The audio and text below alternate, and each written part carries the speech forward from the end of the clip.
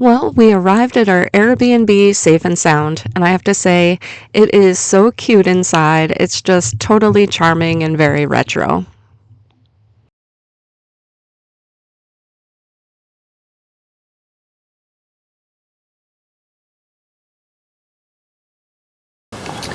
Well, today is a gray, rainy day. We're at our Airbnb. We're here because camp doesn't open until May 1st, and we're an hour from camp because we expected Kirk's dad to still be in the rehab center, so this is where we are, near the rehab center. Yesterday we cleaned out the Airbnb that his mom was using when she was up here with Carl, and Kirk's in a work meeting, so I'm in the truck. I'm just playing a game and puffing on a cigar. He is going to go to the center and get Carl's belongings, and while he's doing that, I'm going to try to record an episode of the podcast we're starting called Birdscape, a backyard birding podcast. So hopefully I'll have an update on that soon. But that's what we're doing right now. I have a beef roast in the crock pot right now with onions and carrots, and in a couple hours I'll add potatoes, and we'll have a nice home cooked meal on this cool rainy afternoon.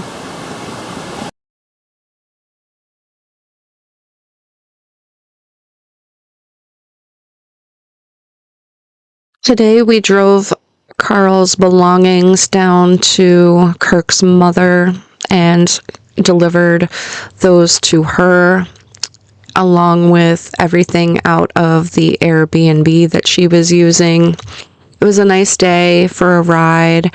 We are in such picturesque, it's just a picturesque area. I never tire of driving through the farmland, and even the wind farm seems pretty. There we are driving along Lake Champlain, and all the geese are just congregated there taking a rest as they continue their migration from south to north. We went to our campsite, we put our slides out, and then we had dinner, and it was delicious. We started today at Martin's Country Store, and I have to tell you, I love stores like this where they have handmade jams and jellies, different types of spices. They make their own pretzels on site, and that's why the big pretzel is hanging right inside the door.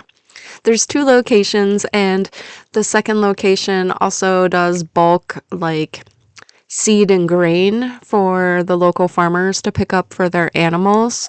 There's also a train car sitting inside of this store, which I thought was pretty nifty. They're still working on restoring it, but it's really something to see. We did pick up some of the handmade pretzels along with some roasted garlic mustard to dip the pretzel in. And I have to tell you, I am wicked excited. I cannot wait to try this combination. Following our trip to the market, we went by Spanky's in Messina, New York, and I had apple stuffed French toast, and it was delicious. And these guys were hanging out behind the building, just checking things out, waddling around, doing their thing. Super cute. But I'm a little afraid of geese actually because they're really mean. Right across from the restaurant is a river, and with the fog and everything, I just thought it was really, really pretty. So we stopped there, and then I turned around and there was that mural. So then we visited the Seaway Visitor Center. Look at this turkey. It's absolutely humongous. Biggest turkey I think I've ever seen in my life. And while we were at the Seaway Visitor Center, this ship was coming through the lock. Now, I have this playing at like 20 times speed to speed it up because they go very, very slowly, obviously, for safety reasons, to get into the dock. They don't want to crash into anything. or the lock, excuse me. So here is this ship working its way into the lock. Well, I don't know why I keep saying that. The whole process takes about 40 minutes from start to finish. And here he is coming in. You're going to see the water rising. You'll see the doors close, and then the water rises, and then he pulls out. So it's every time we're in Messina, we go to the Eisenhower Lock just because it's not something that you get to see every day. And I have to tell you, with our time in Tennessee, along with our time on the road, you definitely know how much commerce and product moves via the roads. But since our time on the river and living near the Seaway when we're home, I have to tell you, a huge amount of all kinds of different products travel by water. So I don't think that should be discounted. It's just something I personally never really thought about until I saw how much traffic was on the Tennessee River. We also stopped at Ollie's and I got some books. After breakfast at the volunteer fire department, we headed into town to do laundry. And somebody had a butter packet and a dryer, and our clothes are all stained now, so we have to figure that out. We also stopped for milkshakes on our way home and then had pizza for dinner.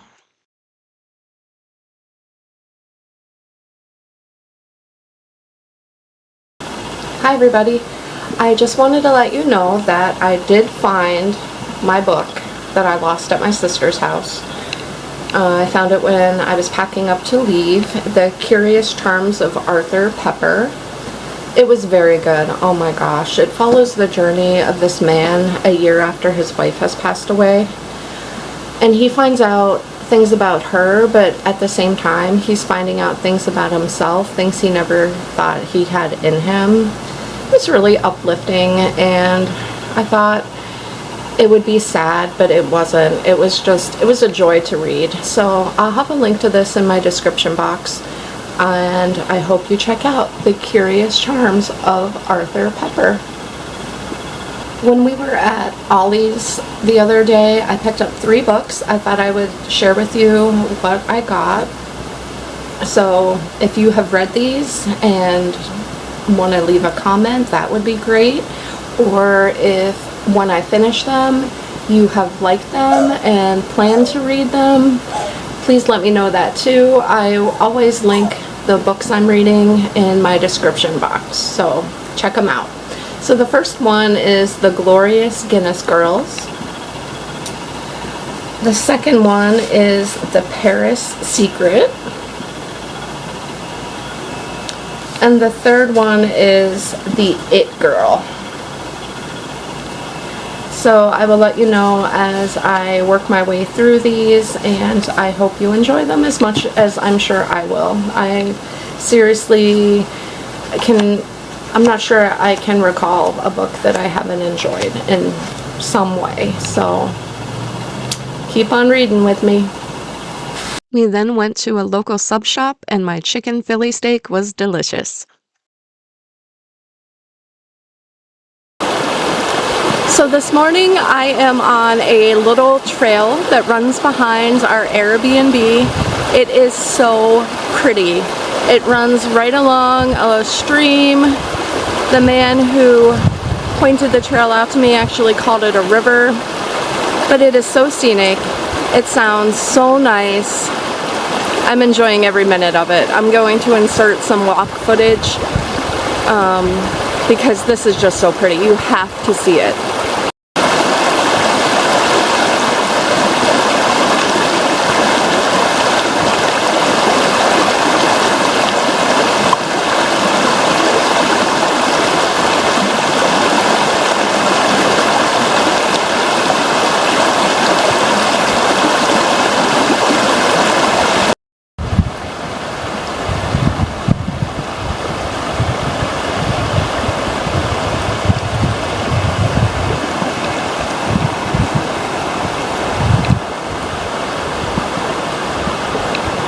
The stream does a little bit of a veer away from the property, and you can see he has lines running to his trees. He has 300 taps, and he is running a little sugar house on the other side of the river. And it's basically a gravel road, much more than a trail. Easy to walk and absolutely beautiful. Not only does this Airbnb have that beautiful nature trail, they have a horse. Check her out.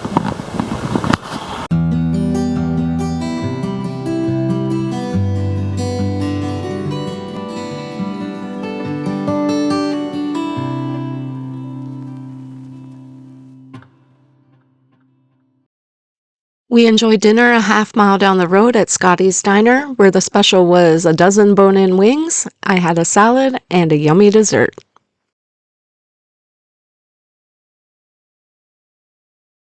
Our last day in the Airbnb, we went to Yoder's Country Market and Deli. I've been here before.